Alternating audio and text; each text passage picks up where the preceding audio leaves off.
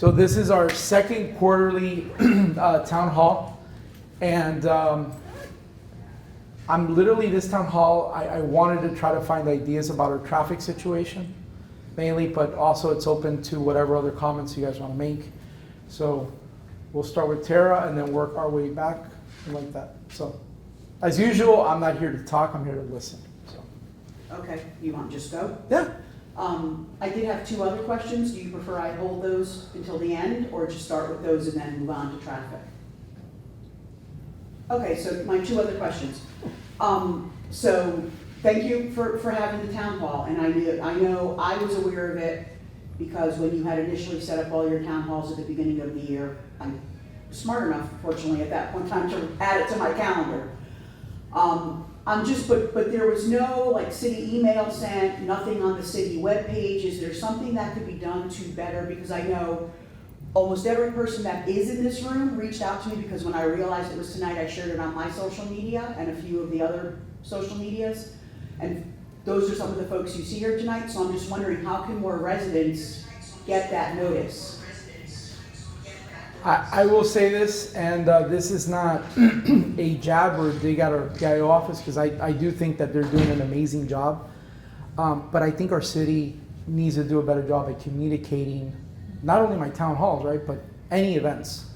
Well, Period. yeah, to that point, I mean, if any commissioner is having a town hall or an opportunity to. Are there any engage other with the commissioners public. having town halls? Well, I don't know, but I mean, I'm just, I like to being think positively, so if they're planning it, I just think it's a great opportunity for residents to engage with their elected officials.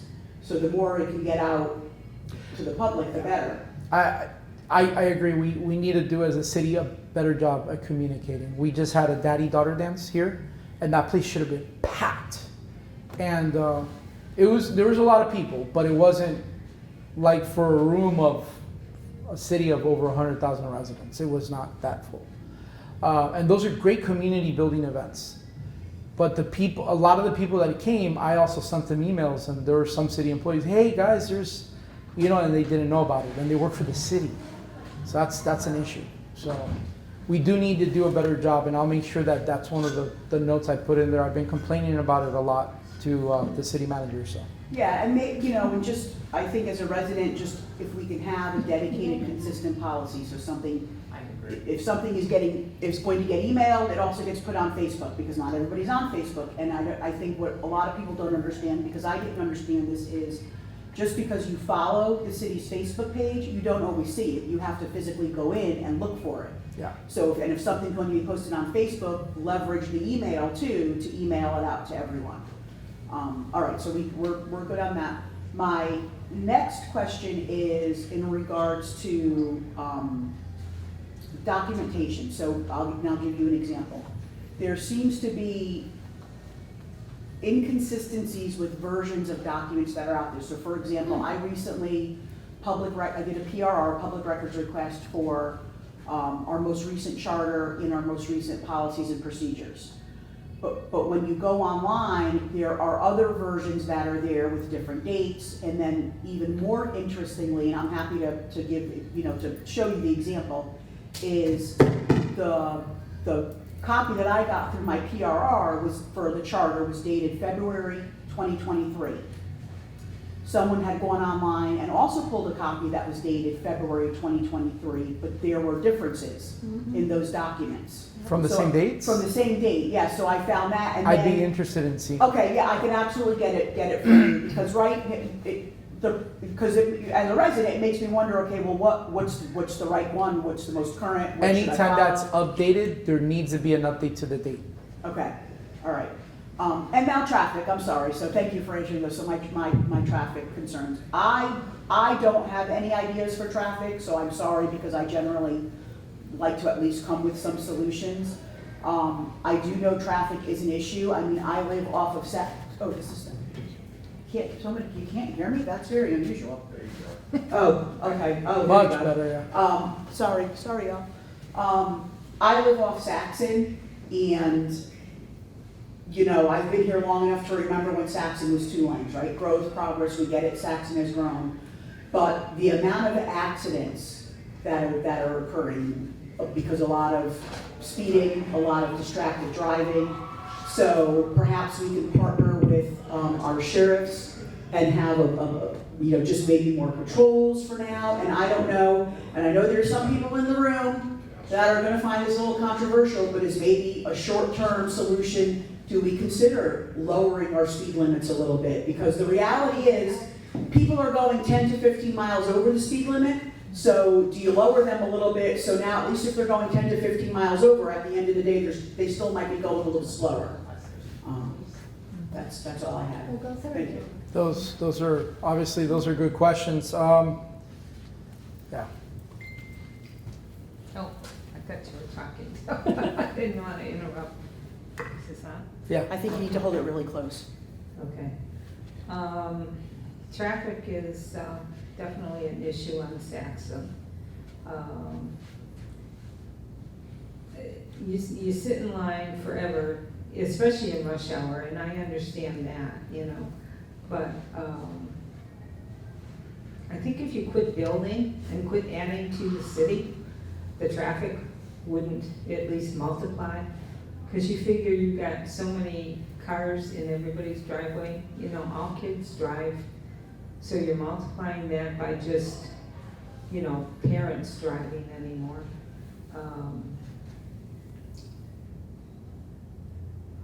The speed, I like the idea of the speed limit being lowered. I don't think we need to go, 60 miles an hour in places. But something needs to be done. I'd like to see more policemen out. They can use my driveway if they want to see speeders going up my street. They're welcome to it. So that's my 2 cents. She never gets more than 2 cents. Okay. Those are 2 less eggs for him, by the way. Yeah. On traffic. Unfortunately, I came home the other day, maybe 7, 8 o'clock in the morning, coming out of Orange, heading into Deltona. As I came across Saxon, going over I-4, going the other way towards I-4, I saw a line of traffic. It went from the freeway all the way down past Normandy, bumper to bumper. Non-stop, no space in between, all lanes. That's our outgoing traffic. Traffic studies say we could squeeze more cars onto these roads. I didn't see space for another car on that road heading out. Thankfully, my side of the road was coming into town. It wasn't so bad. I only had to wait 3 times to get through the traffic light. Traffic is a problem. Speeding is a problem. We're paying the sheriff's department a good $1 every year. I'd like to see more traffic speed controls in the neighborhoods. Bring them down. Not only on the main roads, but on the secondary roads. Of course, we can always build more, but every time we put more roads in, somebody thinks we can add more cars to it. I don't think that's a solution. Expanding our roadways are going to compound the problems, not solve them. So if any engineer thinks adding another bypass going in someplace or adding another lane, all it's ever done was brought in more construction, more development, more traffic. We have to start looking at ways to maybe restrict traffic to zones. There's towns that say, once you hit this street, you park in this parking lot, and you either walk or use municipal buses or something. Make it a car-free zone. That might be something we can start considering. Look into what other countries are doing. They've gotten very ingenious and creative overseas on how to restrict some of these problems because they have restricted roadways. Why not take some of their ideas? We're starting to do roundabouts, which started in Europe. Why not restrictions? So I will say this before we give the mic to Lauren King. Here's my thoughts on some of the situations, right? So obviously, and this is just, I don't know if I'm able to say this or not, but I think I am. As far as, they can't hear me? Okay. I have a loud mouth. As far as traffic goes, right? I agree. We can only develop so much. Fortunately, in the state of Florida, we have an issue where we tend to develop out, consuming all of our resources around us instead of developing up, for the most part. Even then, this is just my personal opinion, right? I think we're at a point in our city where we need to possibly halt some of the, which I know the moratorium did, the residential buildings, right? With the exception, and I would, because I don't want to sound like a hypocrite, I am for us getting some affordable housing, because we're the only city in Volusia that doesn't have it. And I've asked plenty of residents, I've actually done a couple surveys, and the majority of the residents who also voted that they don't want to see more residential building are actually in agreement that they would support, as long as it's actually affordable housing, that they would support that. But that's a key word, because I can throw affordable in front of anything, and then I think the new term is obtainable housing. So that's the one area where I would say that I would support. I think if we're able to bring in some commercial development, right, to redevelop some of the torn down areas in our city, and not just bring like taller stores, but bring higher paying jobs. Maybe we can keep some of that traffic from going out, so it's not such a nightmare in the daytime. To add and put more on top of that, I have, and I'm one of 7, right? So I know this is something that at some point would need to come before the commission. I have reached out, and I have, there's only one person here that's gone with me to this event, but I reached out to companies like Beep, for example. They're autonomous vehicles, completely run on EV. They're fully electrical, and they help to reduce traffic in areas. Their main corporate or headquarters is out of Lake Nona, and that would be a good place, for example, to take people from where Halifax Village is going to drive into the center. Oh, so it's like a commuter vehicle? Correct. Okay. I'm looking at that. I know the city of Lake Worth Beach has a trolley system where they kind of go through the more underserved communities. It literally costs like $1, and I think if you do $1.50, it takes care of you for the whole day. You know, of course, you need to look for grants and stuff like that. I get that, right? But we need to find creative ways to reduce our traffic.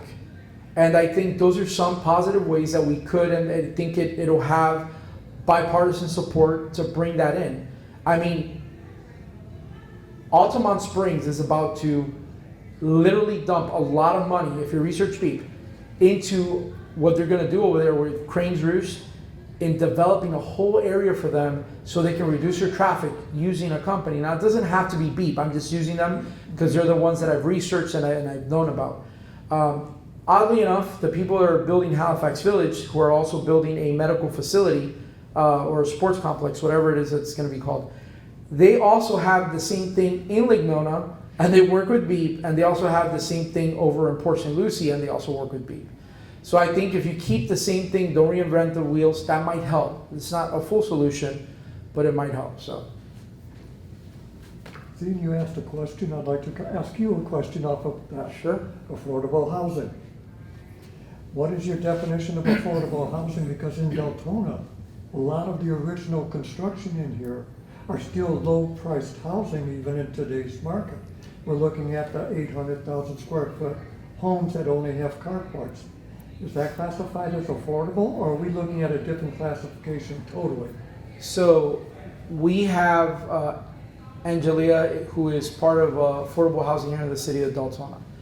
I'm not going to attempt to give you the definition she gave me, but in terms, it's like 30% of your wages, your income. It's income It's based. income based. And then out of that, they can determine how much you can afford from a house. Okay, so it's not too much based on the house per se, it's based on your personal income. So how can you turn around and say we need something when you don't know what a person's income is? You know, that's going about the whole problem backwards. So you semi could determine how the incomes are. We have a medium household income, so we kind of know. And then there's a federal definition of what affordable housing is. There's a state definition of what affordable housing is. And then there is Mayor Avila's definition of how affordable housing is. And I always throw the joke in there, you know, the Mayor Avila broke, right? That's the affordable thing. So The problem that we're having is for political reasons, nobody wants to tackle it. Okay, and then when we don't do anything about it, then we get people from Tallahassee that force something on us that makes absolutely no sense. And I get that it was very well intentioned, and I'm not going to criticize anyone, but it hurts us because now the commercial industrial areas that we could have used for building, now they can just say, you know what, this is the circumference of any building around here. I'm going to make it as tall, and only 40% of that has to be affordable. So let's just continue to build, and I don't need your permission, city, to do it. Yeah, but I'm going back to my original point. If they're building a new house and it's gonna cost $300,000 and they're calling that affordable because it's less than the $500,000 unit, we have units down there on Deltona Boulevard that are selling for $150,000. Is that not affordable? Does that not count, or does it only fall under a different classification if it's? I can't answer that question. Yeah. I mean, I'd be foolish to try. We don't have affordable housing, but we have low-priced housing that can be affordable, but it's not being counted. It needs to be a combination of both what the house is worth and the person's income. There's a combination in there. And even there's a cap. For example, you can't make $150,000 and say that you don't make enough money. It's on the Income. Yeah. it's on the buyer, not on the house. Correct, but to that point, right, Yeah. Mr. Pesha, if, for example, one of the solutions that I'm trying to find is there are cities around the United States that build tiny homes, 1,000 square feet. Okay, We have hold that on. Deltona Boulevard. 1,000 square feet. These are modern homes. Mhm. They're not, extremely modern. They're very hurricane resistible. They're not mortar homes. They're not trailers. They're made from containers, and they're very well structured. And if you look at some, they look. I would live in one if I didn't have a child and another one on the way. And let me tell you, the city has funds set aside, and I know we can apply for more, where they give I think it's between 10 to 15,000 per unit to help build stuff like that. That's not us creating some type of welfare program. That's something the state and the federal government is giving. If we don't use it in our city, they're going to use it in somebody else's city, and that's taxes we've already paid. Yeah. So that goes back to our building codes and what we're restricting. So I'm not going to get into that because I think from the dais I have asked. I'm not going to say how many times already about updating our land use codes and updating our strategic plan. I'm until I'm blue in the face. I don't know how many more times I have to ask for that. We need to redo it. We need to completely redo it. So, good.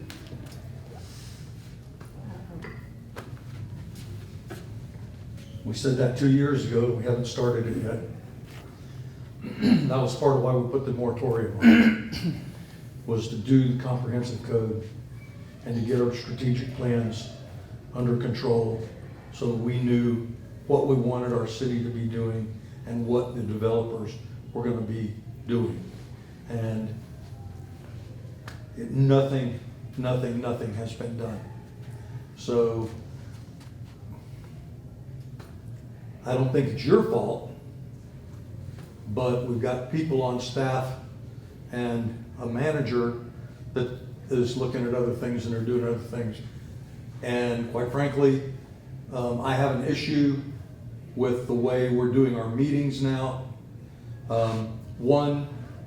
Having a public comment before the meeting even starts and nothing is recorded, and then you look in the minutes and it says Sue King spoke, Richard Bellick spoke. Doesn't say what was said, nothing. That's absolutely wrong.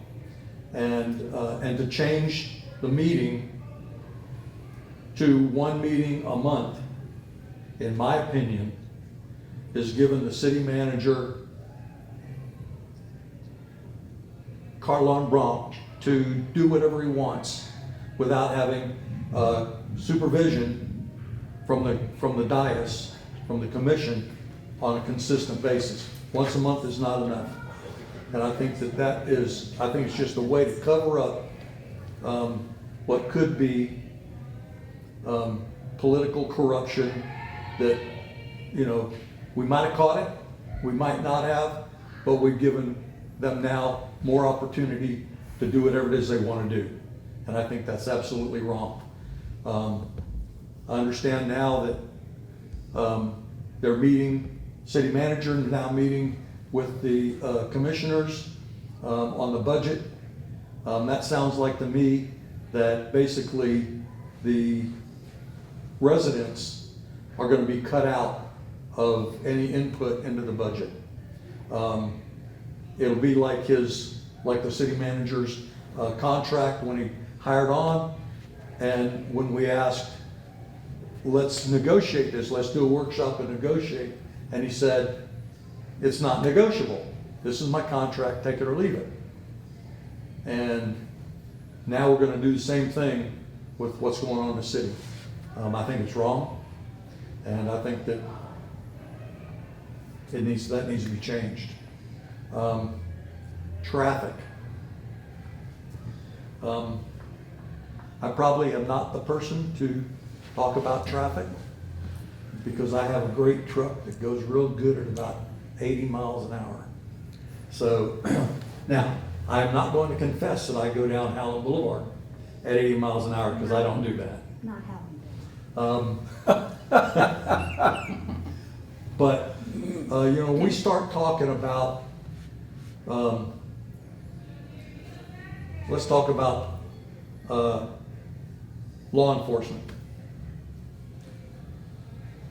According to the Sheriff's Department, we have a pretty good amount of people on duty here.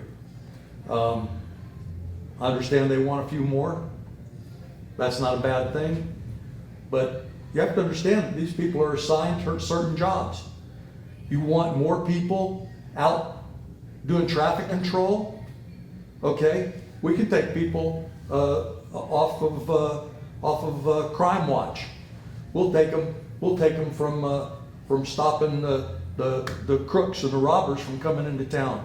We'll let them come in because we're going to put those people on traffic duty. You see, you got so many people and they're assigned to certain things. So I don't think that the answer is saying, let's get more cops out on the road. That's not it. And by the way, we're paying a whole lot more money. And the question even was brought up when you all were running for office. Do you think that we should pay $3 million more for no more service? I remember. And every one of you said yes. No? No, you said no. We shouldn't. I was the pay only more. one that said no. We shouldn't pay more for more service or for less. yeah, for service. the same service. For the same service. But that was a poor question when it was given, because the $3 million increase was for administrative costs that the county decided they weren't going to pay for anymore. To lower their millage. So they could pat themselves on the back for rolling the millage. So that was a bad question. When you start talking about ways to slow people down, I don't know how many go to the CompStat meetings. I've been to most of them, and I've had conversations apart from those meetings about traffic control. And here's the thing. People go, let's put speed bumps out there. Well, as soon as you put a speed bump out, the guy that wants to go fast moves over a block. He finds another way so he doesn't have to go down that street, and he's still doing the same miles per hour. He's still running the same speed. And they know that for a fact. And everybody can't be everywhere at one time. The first responders, fire department, EMS, they don't want speed bumps because they wreak havoc when they're trying to get somewhere in a hurry. So speed bumps aren't a good answer for most places. If you remember, Mr. Peters talked about ways of giving an appearance of narrowing a street. without really narrowing the street. And that's been applied down in Maitland and other places and seems to work. Oh yeah, but Mr. Peters, he was a liar and we had to kick him out. But the fact is that he brought up something that may have worked and we're not implementing that. I'm sure there's some way, but it has to be something that's very innovative that could stop that. I agree that when we widened Howland, that was an issue with speeding out there. I think it still is. I just think that probably those streets probably need to have, maybe instead of doing some of the smaller streets, we need to concentrate in force on some of the bigger streets and start slowing people down. We need to start writing more tickets and less warnings. And I'll tell you, when you start hurting people in the pocketbook, they change.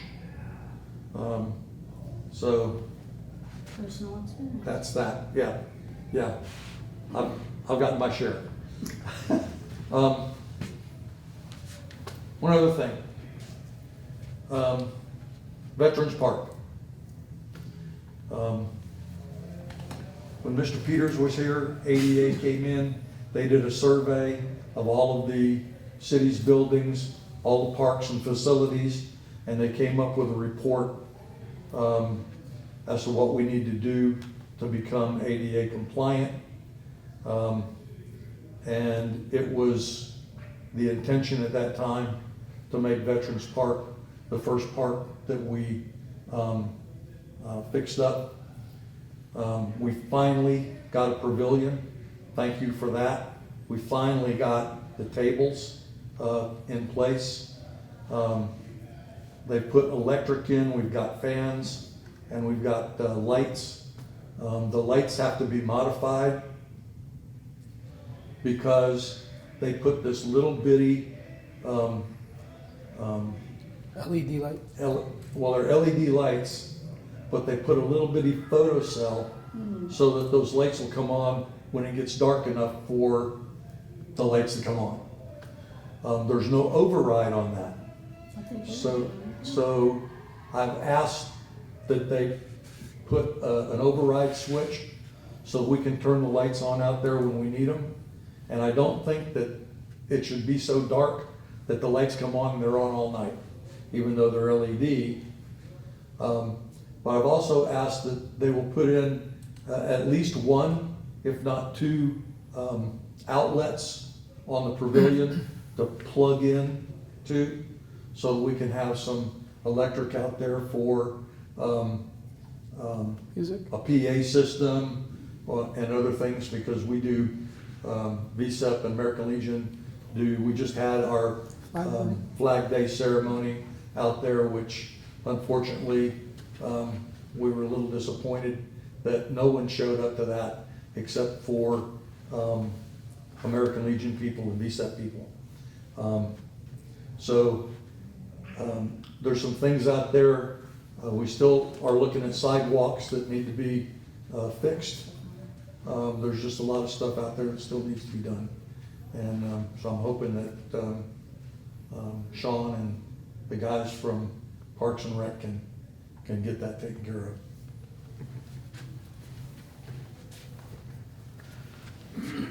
So I'm going to answer a couple of those because I think I need to. It's important. We'll start with the public comment stuff, right? Because we have, and I'm not criticizing anyone, but we have a bad habit as a city to just pounce and attack someone without doing any research. I'm probably one of the only two allies that the majority of the residents have. And the amount of attacks I've received has been incredible. somebody pulled a records request and then they saw that, oh, look, the mayor's had all these times asking the attorney back and forth why we're making changes to the public forum portion, right? So as I'm reminded consistently that I am one of 7 people, right?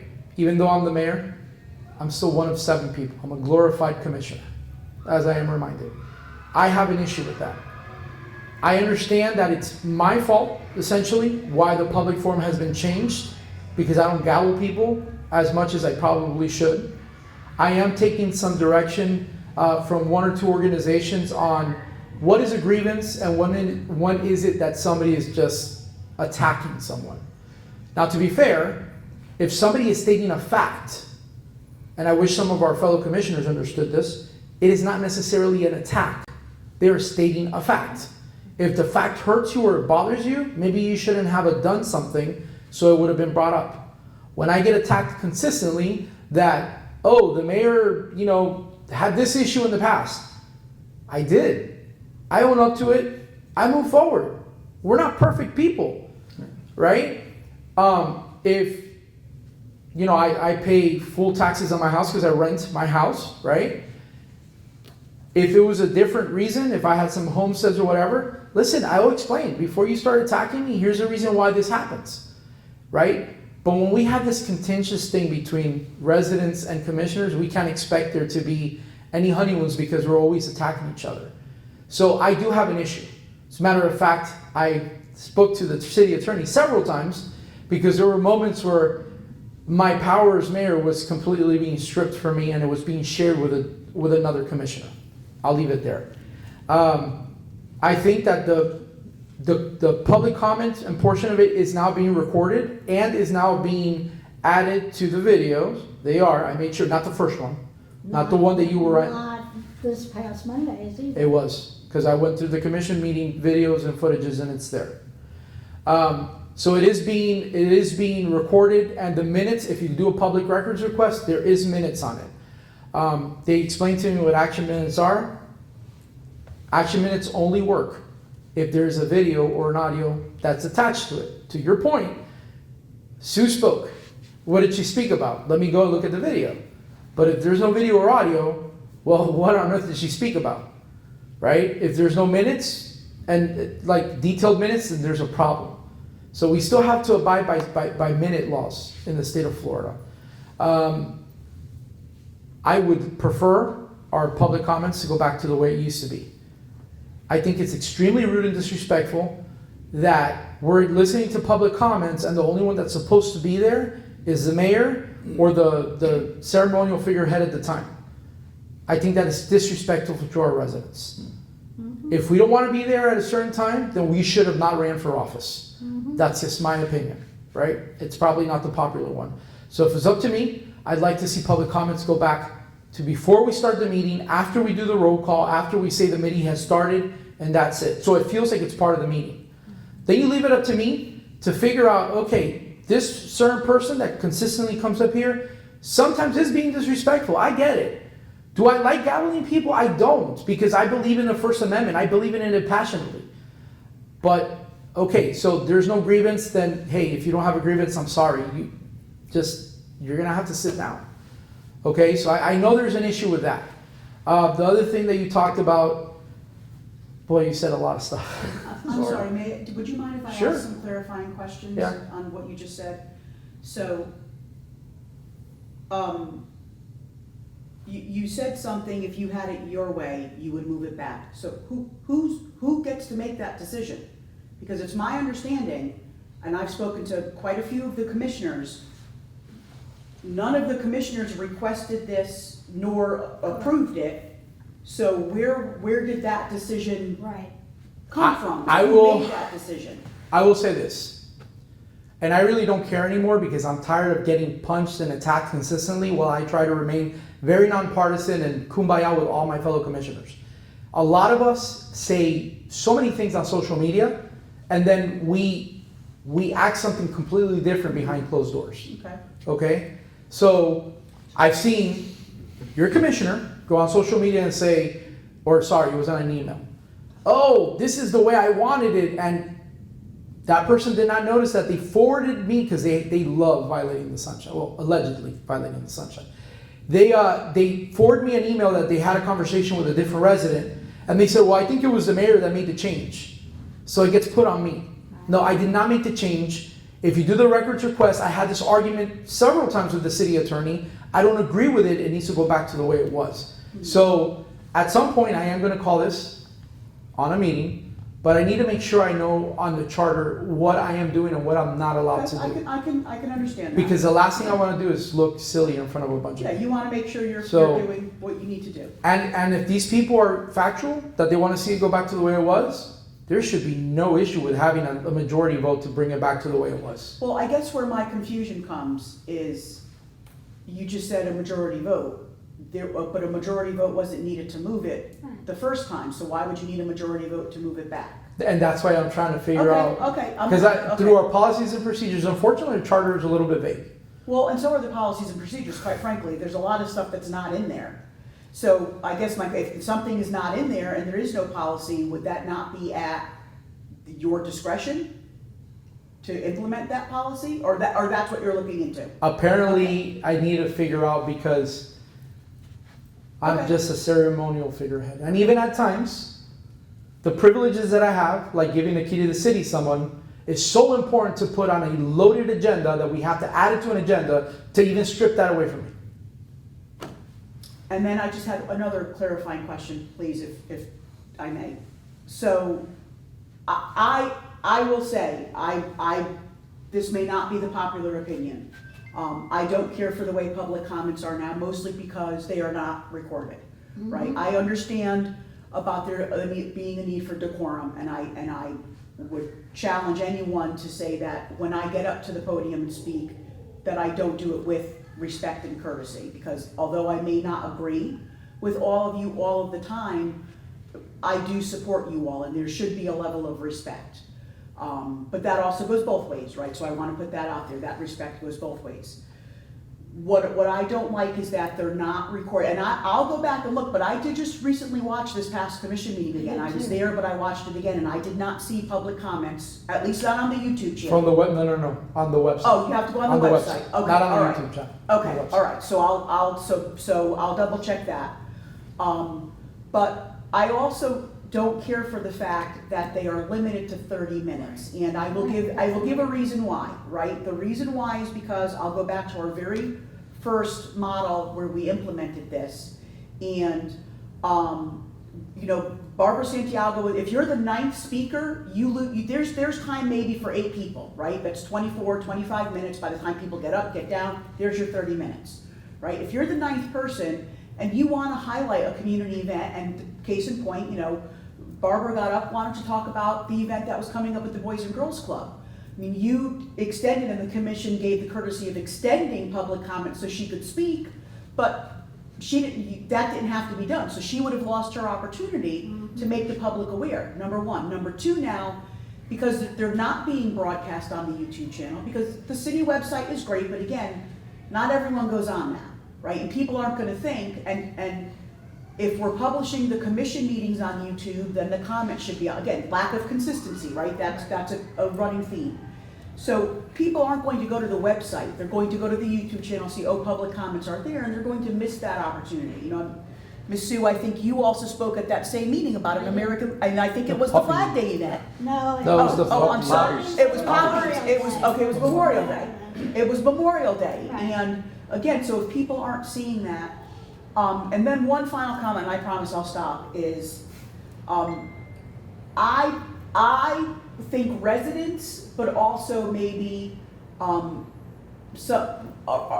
commissioners, right, everybody, needs to have a clear understanding of what a personal attack is, because in my opinion, and it truly is just my opinion, if I'm just saying someone's name, if I just say, oh, and Commissioner Smith, I sent you an email on Friday, that's not a public attack. No, it's Just not. because I'm saying your name, that's not. Now, if it takes the turn of, and you were a bleepity bleep because you didn't respond to me, yeah, now you're crossing over to a public attack. But I have observed sometimes where just because people's names are mentioned, they call a point of order, and it confuses me, because to me, that's not a personal attack. Now, I don't know if that falls under, they're supposed to address their comments to you, so maybe that's why, but.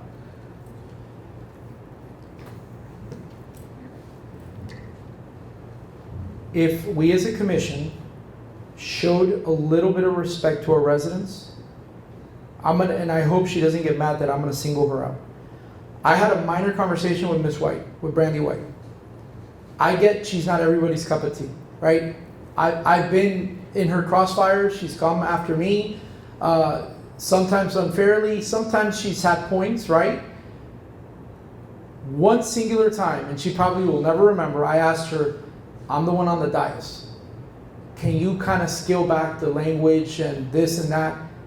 To her credit, I have not heard Miss White curse a single time since I've been mayor.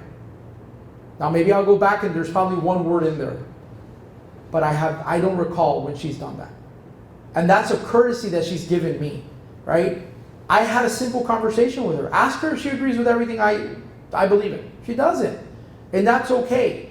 But I gave her the courtesy of showing her enough respect to say, hey, can we tone it down?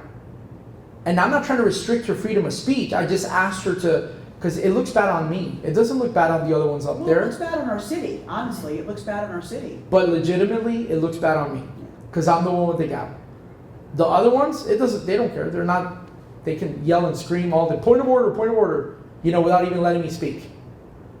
So, we need to show our residents a tiny little bit more respect. Don't be afraid to gavel the other commissioners. Oh no, I think I've proven that I'm not afraid of doing that. So my question with that is, how come it was okay to not gavel all these people with the previous mayor? Because there was like one of the final commission meetings before the election, I remember was a real colorful, there was a lot of people that showed up there to that meeting, and all sorts of words were all over the place, and it just seems like that was building until that last meeting, right? So like that seemed to be okay and it was allowed. But now that you're the mayor, you're not gaveling enough, and you seem to be gaveling more than I think Heidi would have gavelled. To be fair, I do have some residents. The residents that how would they call them, the non regulars, the ones that don't come regular to the commission meetings, whether they speak for or against. There's the regular people that come to the commission meetings that have reached out to me and they're like, Mayor, I supported you. I just wish you would gavel just a little bit more, specifically during this time and this time. And they show me examples, right? There's been one or two people where I'll tell them, I agree, and there's other times where I'm like, well, technically that was not an attack, so that's why I don't gavel them, okay? But that is 100% factual, and I asked that question to a couple of the commissioners from the dais. You guys can look for the recording.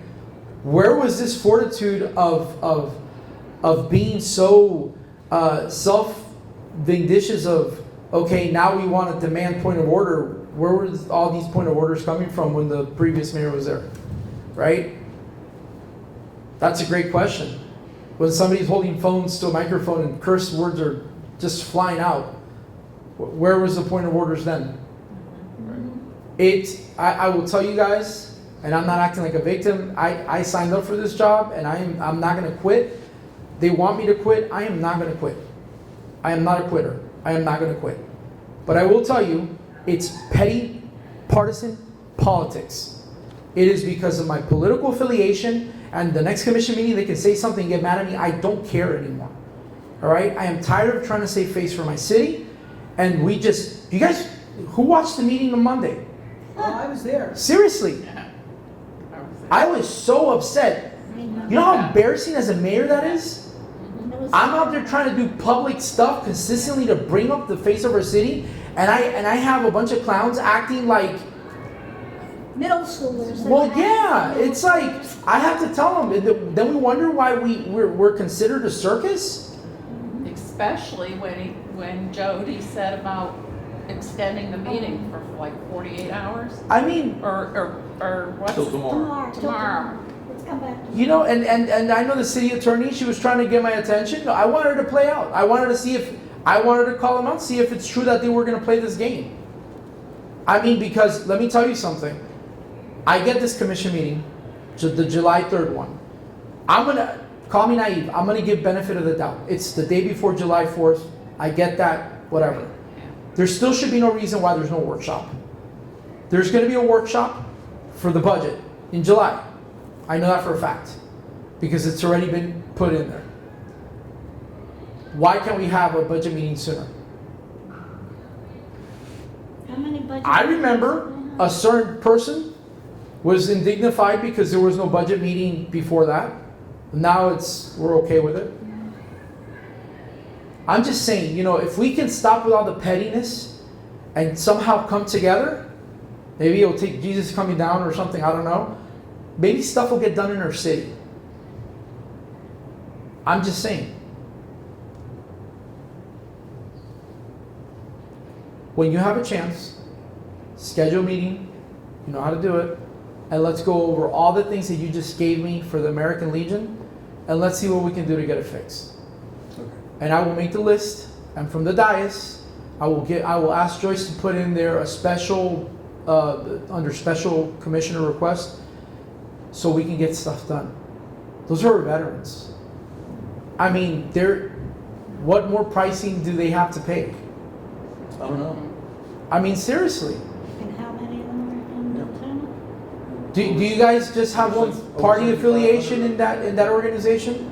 Or are they different party affiliations? Yeah, we got everything. No, I'm just getting Yeah. curious because, if this is going to continue to be this, then we're going to have an issue. When it comes to certain things like that should not play a role. It shouldn't. I've tried to legitimately be very extremely nonpartisan with everything I do. I resigned from two very, very big organizations that I was a part of, that I enjoyed working with, that I got a lot of stuff done in the state of Florida and even on a national level. I resigned out of respect for my residents in Deltona. And if you guys ever see me doing something partisan from that dais, call me out. I don't do it because I represent all of you. All of you. And there's some ideas that I have, Mr. Pesha, you've told me how many times, I don't agree with that.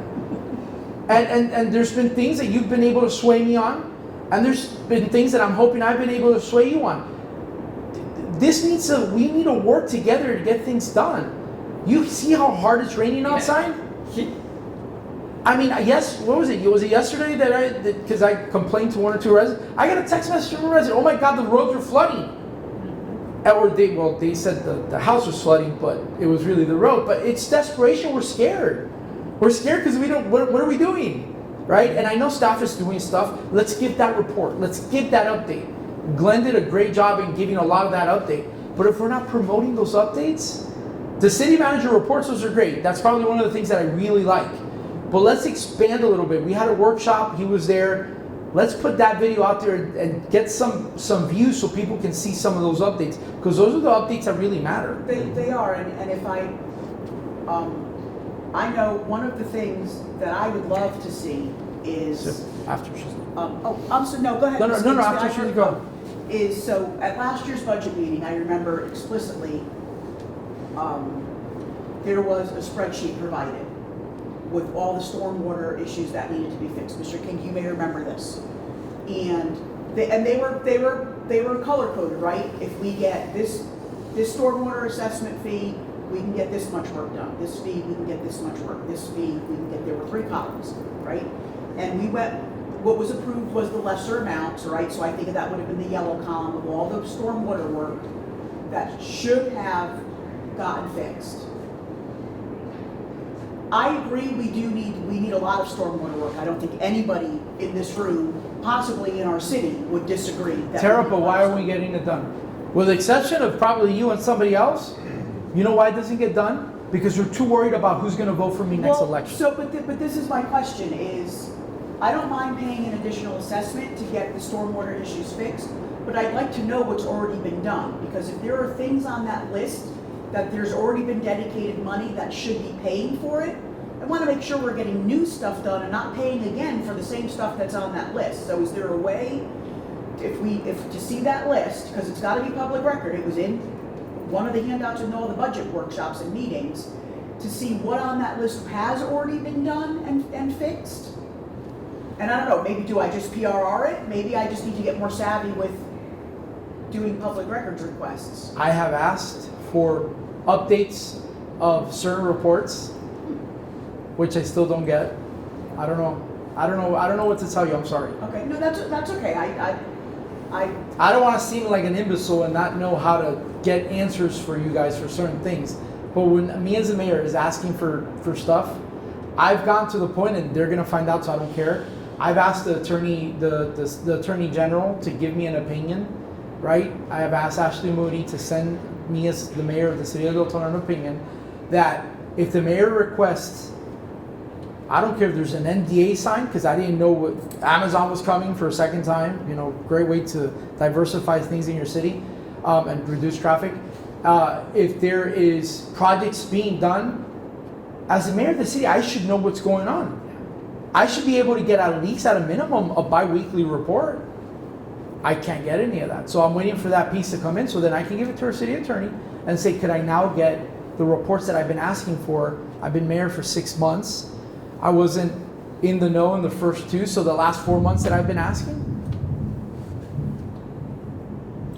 I think that would be very helpful for residents as well. It would, and if we can put it to the city manager's report, hey guys, we're gonna have a special city manager report or update where we're gonna show here all the projects. Why can't we do that? The more you give information to residents, the less suspicious. I'm pretty sure that there's probably the amount of corruption is really not as much as well, I don't know. I'm gonna retract anything I was gonna. Go ahead. So someone asked on this Facebook Live, I haven't been paying attention to this, but, so as the people of the community, what can we do to put those requests in and be heard? Legitimately, don't call, email their commissioners. There's a tab in there for all the commissioners. Email that email address, email that, and make those requests. And then go on social media and say, here's a request that I sent out. Because apparently Facebook, even though it's less than 1% of the population, I guess some people on that dais are more scared of Facebook than anything else. Great. So that's commissioners@deltonafl.gov. I don't know what that email was. It could. Go ahead, Sue. I'm sorry. I don't really have much more because most of my concerns have been covered. On the traffic, it's not just speeding, it's just people go crazy. I come home, and I do very little driving, and I do less and less every time I drive, because I come home and I go, you're not going to believe what happened today. And they're just crazy, you know, passing on double yellow lines, 4 cars back, passing around a waste road truck. I mean, it's like, what are they doing? It's crazy. And to that, my only comment about that is, so let's put more cars on the road. Let's put more people in the city. Let's put more cars on the road. And the other thing is the condition of the roads, and my issue is Lake Helena Steam Road, which I know is a, Yeah. Lake Helena Steam Road I know is a county road, but I literally drive back roads to avoid going down certain sections of the road. I can't put my car. You live in District 1? Yeah. It's one thing. You have a lot of traffic in your district? Oh, yeah. Oh, yeah. Based on a comment from your And commissioner, coming he said there's not traffic in that area. Catalina, He's lying. coming down Catalina off of Lake Helena Steam Road is where I've seen people do like the most stupidest things you can imagine.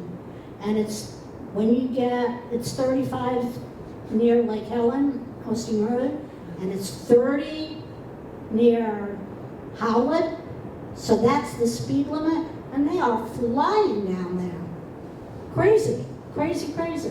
But Lake Helena Steam Road I know is a county road, and in his truck, it's not so bad. In my car, I won't drive the car on the road anymore.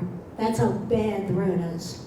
So I don't know. I know he tried when he was there, talked about the county doing something, and it was like, yeah, it's on the list. So.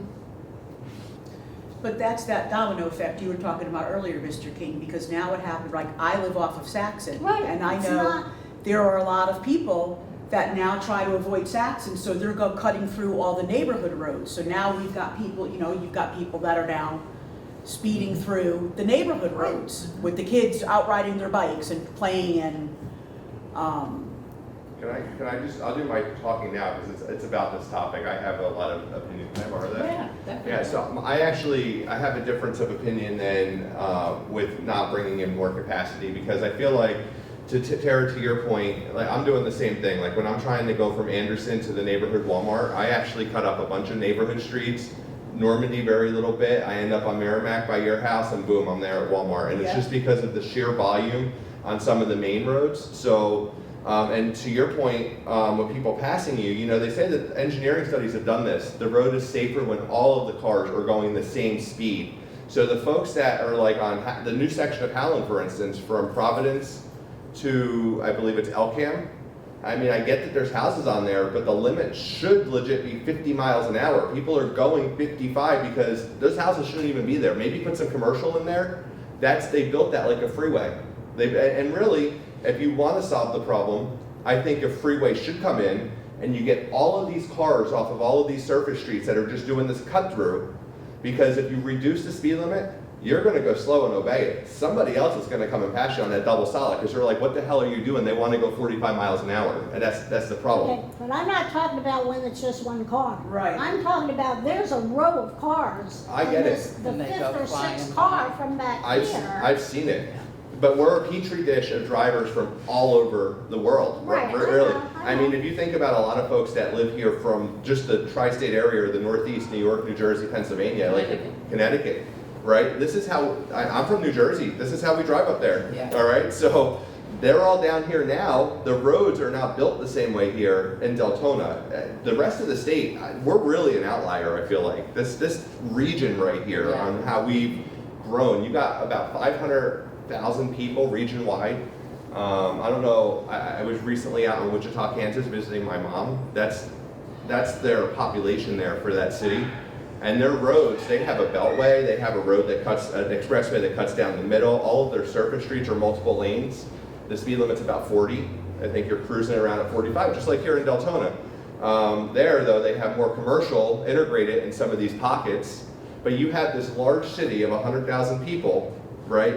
If you're not going to Publix or Walmart, really you're going to Sanford or somewhere else to go spend your Orange money. City. Orange City. So you have to use, there's only like 4 roads that cross the interstate to go to Orange City. There's only 3 bridges that cross the St. Johns River to go to Sanford. So the thing is it's a combination of, I think, putting the cars on the proper facility, because you're trying to get cars, if you're trying to go from your house to my house, that's slicing through the city. And in my opinion, that should be a couple of exits on the freeway, not us filtering through small city streets. So I think if you invest in an expressway or a series of expressways, you might be able to leave some of the surface streets kind of as they are, or do some minimal updates because they won't be as densely traveled. So that's just my opinion on it. I think reducing the speed limit is a terrible I don't idea think that would work. because you put more, all right, so a good example of this is the 35-mile-an-hour zone in front of City Hall. Yeah. That should be a 55. You're cutting through a preserve. I mean, at least a 45, you're cutting through a preserve. So it's at least 20 miles, in my opinion, below where it should be. I comfortably hit 53, 54, and I'm like, oh, Yeah. I'm really speeding because I wouldn't go 20 miles over a limit. That's another good example. So I'm not the only one going that fast. So you have Yes, everyone yeah. that cuts through that area that they're breaking the law because they're speeding. That's a good example of an improperly set speed limit. So further reducing the speed, you're going to get more non-compliance. Thank you. Well, actually, I just came basically to listen. I'm really new to all these commission meetings. I started when the hurricanes came and we were flooded and Heidi was mayor, and that's when I started coming. Basically, with the traffic, I have to agree with Tara. I live on Fort Smith and Elkham, and I do most of my business in Orange City, doctors, shopping, and I agree that traffic is backed up to Walgreens going out of Deltona, and it really is terrible. And as far as Fort Smith, I'm right on Fort Smith. This in the morning, which is very understandable people are going to work, so there's traffic and they're not speeding. And the same thing coming home. But during the day or on the weekends, it's unbelievable. We've had between the three of us in our neighborhood, because it's a very small block, Elkham to Drysdale, there's 4 houses there, and we've all had our mailboxes smashed several times. And going back when my husband was alive, we had a brand new car totaled in our driveway. So, I mean, the street is not made for that many cars to come down, especially with the curve in the middle of the street. And now we have this beautiful nature park across the street, which I love.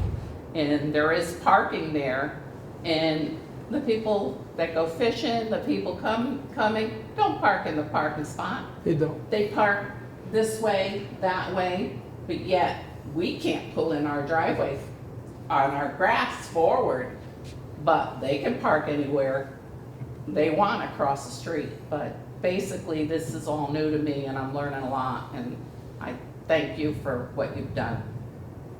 Thank you. I'll take your last question from Mr. Peschel. Okay, we just spent the last hour bashing you. I'm okay with that. I'd like to take 1 minute and say thank you. I've been attending the Citizens Academy up at City Hall. It's a chance for citizens to go up there and learn what the different departments do. I've been attending meetings now going on 13 years. I'm learning new stuff this month, because now I'm getting a chance to sit down, find out about department heads, what each department does, what their objective is, what their obstacles are, and what their expectations are. And they're explaining stuff to us that I never really took into account. And I like to think I'm a little bit aware of what's going on in the city, but I just learned a whole lot. The other thing I'd like to compliment is your information officer. They're putting out these little bi-weekly videos. I think they're fantastic. We're getting a lot of stuff out here that is relaying some information to the citizens finally. Keep it up. I'd like to give a few kudos to when you guys do something right. And I think these are a couple of things that you did really good. I would like to see a little bit easier navigation on our city webpage though. That's coming. Put the meeting Amen to that. on the front page, easy button, instead of me having to go down and go through 5 different loops to get to it. Have her show me how to do it. I will tell you that our PIO department has been, for at least 2 months maybe, has been like literally trying to push out a brand new website. So it's coming, very easily maneuverable, very aesthetically nice. I'll reserve my opinions on what our website looks like now. Yeah. But like I said, we spent an hour bashing you. I wanted to say a minute to say thank you for the things you're doing right also. Thank you. Well, credit really goes to staff. I really don't do very much of that. So, well, guys, thank you for coming out. I hope you guys never feel like it's a waste of time. I did read a couple comments that they felt like coming to this is a waste of time. It's not. When we start giving up, then things are going to get worse. And if I can just say that sometimes before things get better, they have to get worse. You know? So, what? You need to speak into the microphone. Yeah, is what they say the volume's low. So before things get a little bit better, they unfortunately sometimes they got to get worse, right? I hope that's not the deal for a long time. Email your commissioners, even if it gets boring, even if it gets aggravating, even if it goes nowhere with certain commissioners. But email them and let them know how you feel. Even if they see your names consistently, it doesn't matter. I try to respond to every single email I get, and sometimes I get 50, 60 emails a day. So it doesn't hurt. Let them know how you feel. So, and then I think, and I'll end it with this, I believe I should have a recommendation from the city attorney regarding my focus groups. I had to stop it. They needed to check the legality of focus groups, which should be no different than a town hall or meeting with my residents individually about certain items. So once I get the all clear, then we'll proceed to continue the focus groups. I have everyone that's emailed me. I put a little red flag there so I know who they are. And I know somebody made a comment about, well, you're only going to speak to 200 and something residents in a full year. Well, that's more than I get to speak to in a commission meeting in a whole year. So I'm To start. yeah. Yeah. So, and usually my town halls, we usually get a lot of people. This has been one of the smaller ones, but guys, don't give up on me. Don't. I don't care if you come here to scream at me. Keep coming to these. Keep coming to the commission meetings. Keep emailing your commissioners. We're all listening. It's whether we react to what you're saying or not. Okay? Thank you guys for coming out. Thank you.